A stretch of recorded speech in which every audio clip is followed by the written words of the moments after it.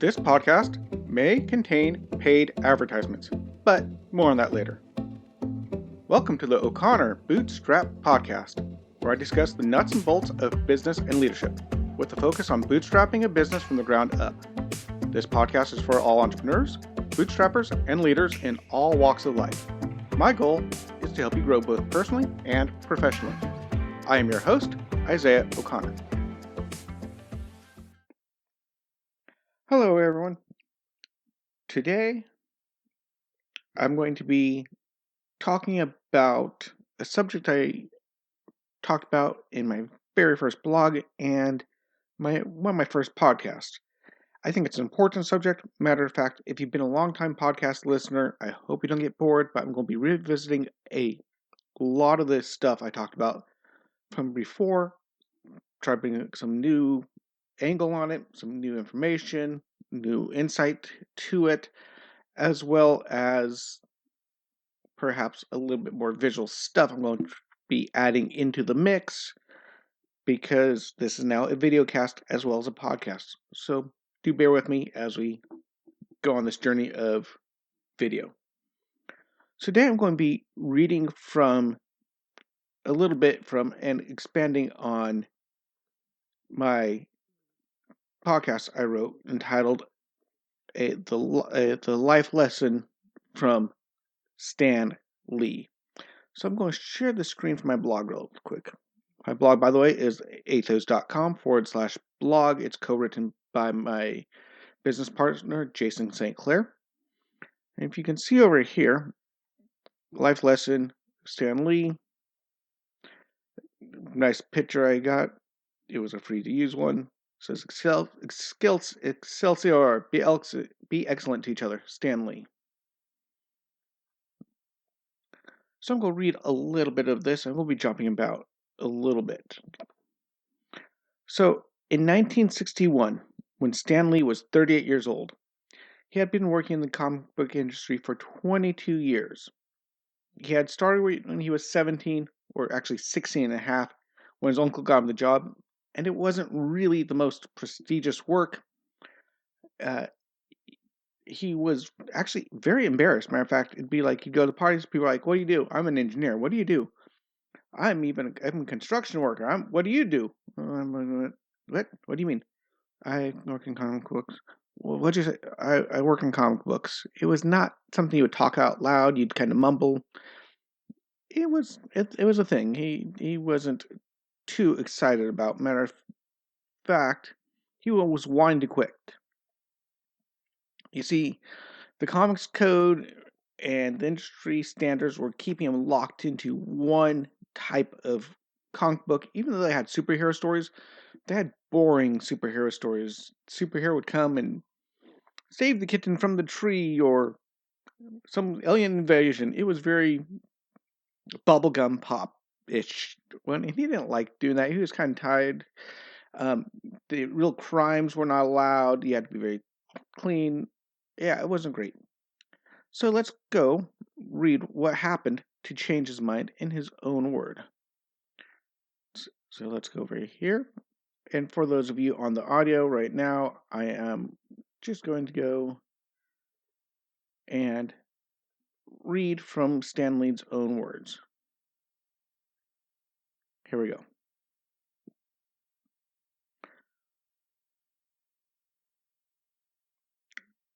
So,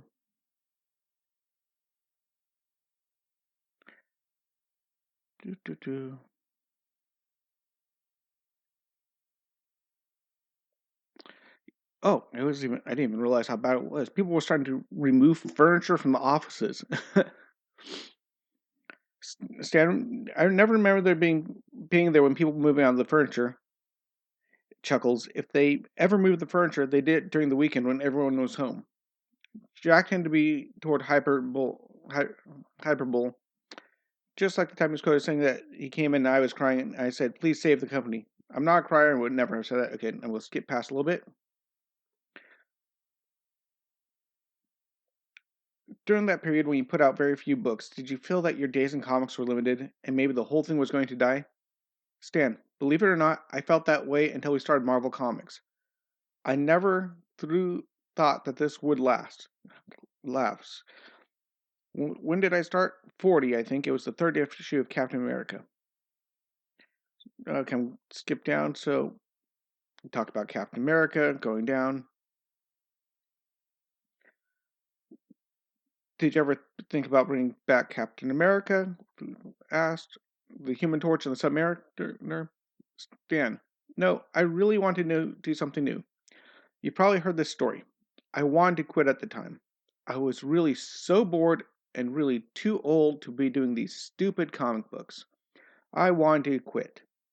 I was also frustrated because I wanted to do comic books that were, even though this seemed like a contradiction in terms, I wanted to do a more realistic fantasy. Martin wouldn't let me, and he wanted the stories done the way they had always been done, with very young children in mind. That was it. My wife Joan said to me, "You know, Stan, if they asked you to do a new book about a new group of superheroes, why don't you do them? That way the way that you feel you'd like to do a book. If you want to quit anyway, the worst that could happen is that he'll fire you, and so what? You want to quit." I figured, hey, maybe she's right. That's why I didn't want to do the Torch and the Submariner. I wanted to create a new group and do them the way I'd always wanted to do a comic book. That's what happened. And this goes on in the interview where they talk about more details about it, and then he went on to create the Fantastic Four. So, what happened after that? Let's see here.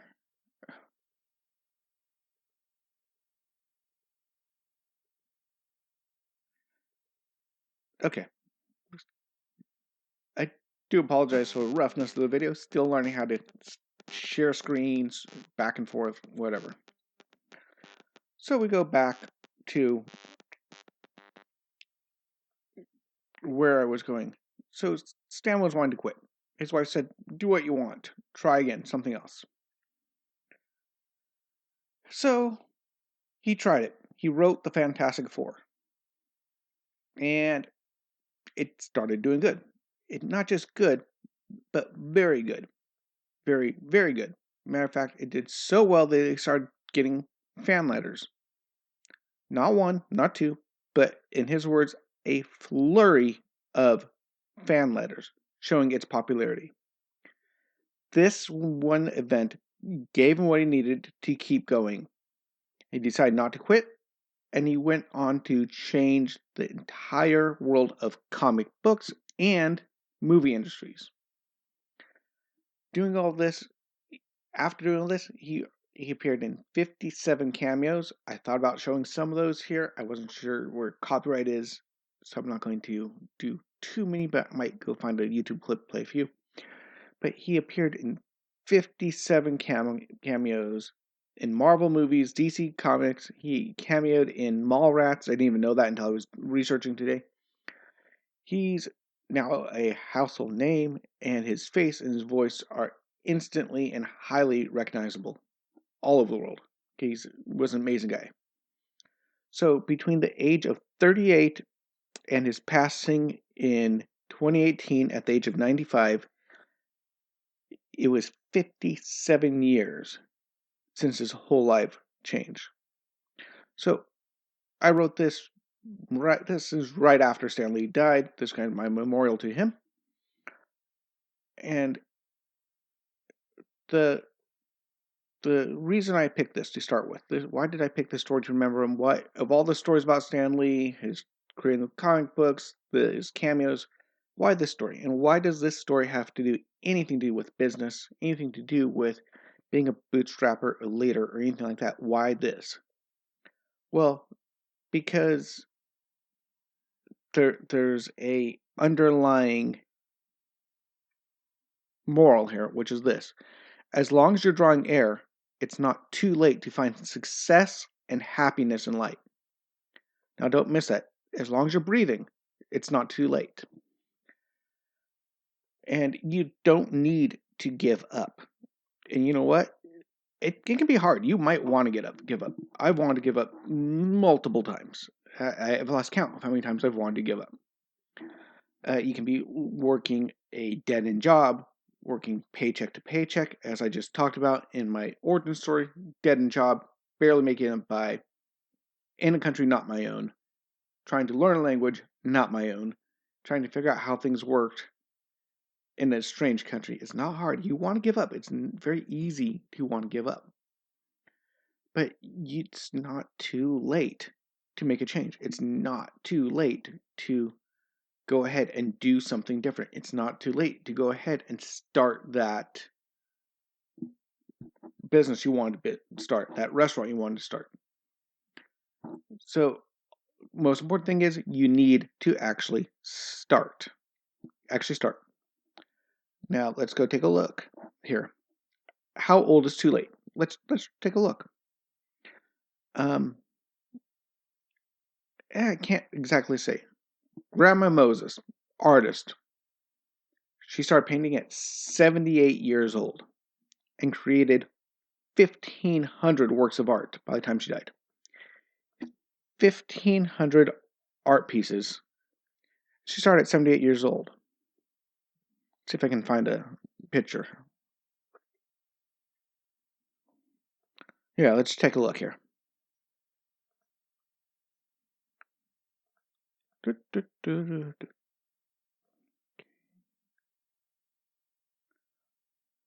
really need to get better at this, but here we go. Look here, Google search, Grandma Moses, paintings. 78 years old, never did anything before with painting, just decided to start painting, and is now super famous for all of these paintings. Let's just pick one random one. Oh, here's a picture.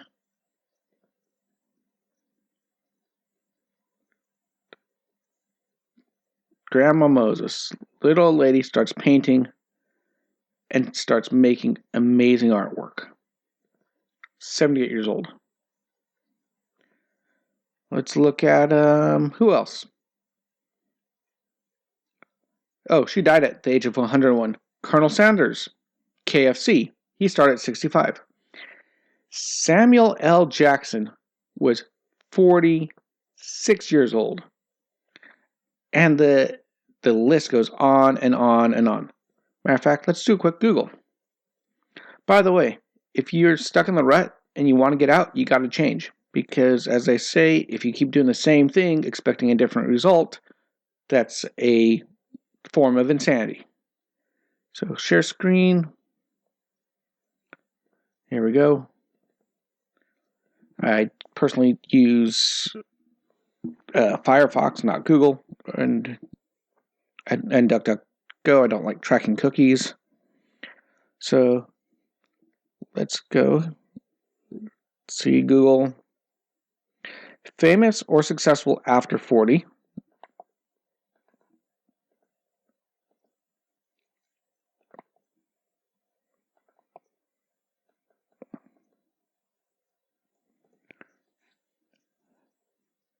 And let's see. 20 people, 45 stars, 25 people. Let's keep going. 6, 20 entrepreneurs who built companies, 20 people, 15 authors, 6 successful women, 40 famous architects, and so on and so forth. Life after 40, get inspired by these 52 late bloomers. On and on and on and on and on and on and on. So, as you see, if you're feeling stuck, if you're hitting the grind, and you're feeling like, well, am I too old? Is it too late? Maybe you're 20 years old and you don't feel like it's too late. Great. Maybe you're 16 years old and you stumbled across this YouTube channel, video channel for some reason, thinking, oh, well, maybe I'm too young. No, you're not too young. You're not too old. But the biggest part is you need to start. You need to just go out and try. Yeah, you might fail. You might blow it. You might not succeed at first. You try again. Another podcast for that. And you just got to make the choice to go ahead and do something crazy, do something ambitious, do something different. Stan Lee went and did the comic the way he wanted to. And then all of a sudden, things turned around. 38 years old. So you never know when things are going to change, when things are going to turn around. And I've been there. I've wanted to quit before. Multiple times before. I know the struggle. It's real. And I can guarantee, looking back at this, here we are, coming through the end of the whole COVID mess. My main business is a balloon decorator and entertainer. I make balloon decorations for large corporations and events, and I do balloon animals, and I'm a balloon clown for kids at birthday parties, and COVID hit, and that went to pretty much zero. Yeah, I got a gig here, got a gig there, but it was absolutely, horrifically dead in the water, my business. Felt like quitting quite a few times. As you can imagine, it was not easy being in the event industry during COVID. A lot of my friends, a lot of the people I know in the event industry, closed down shop, went bankrupt, had to change everything they were doing. One company I was involved in that was just about to launch, they had a huge grant. They had millions and millions of kroner, Norwegian crowns, in investments from the government, from private industry.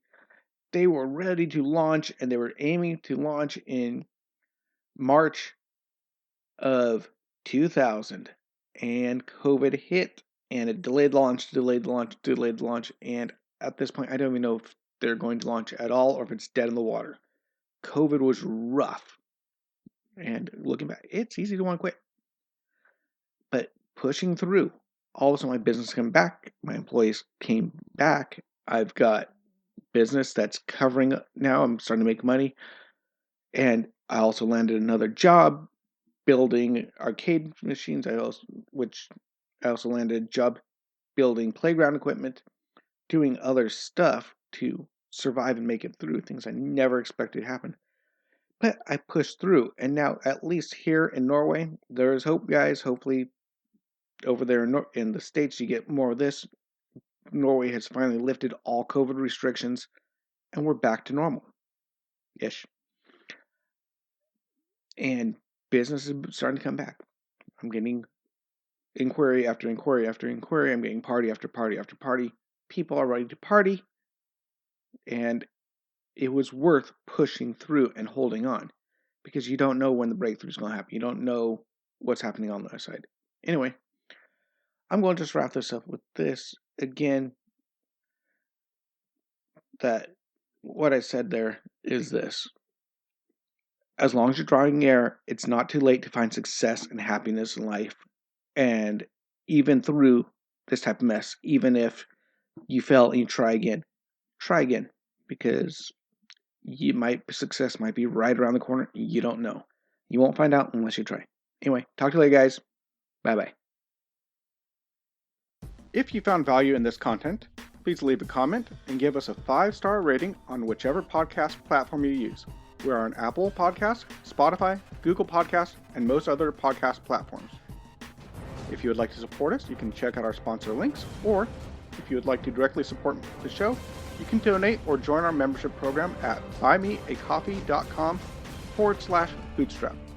Of course, it really helps when you share these podcasts as well. If you would like to interact with me and other bootstrappers and leaders, you can join our O'Connor Bootstrap Podcast Facebook group. You have been listening to the O'Connor Bootstrap Podcast and Atheoz Business Solutions Podcast. For our companion podcast, the Atheoz Business Podcast, hosted by Jason St. Clair, past episodes, and related blogs, check out our website at www.atheoz.com, which is www.atheoz.com, or theoz.com. Until next time, I've been your friendly neighborhood entrepreneur, Isaiah O'Connor.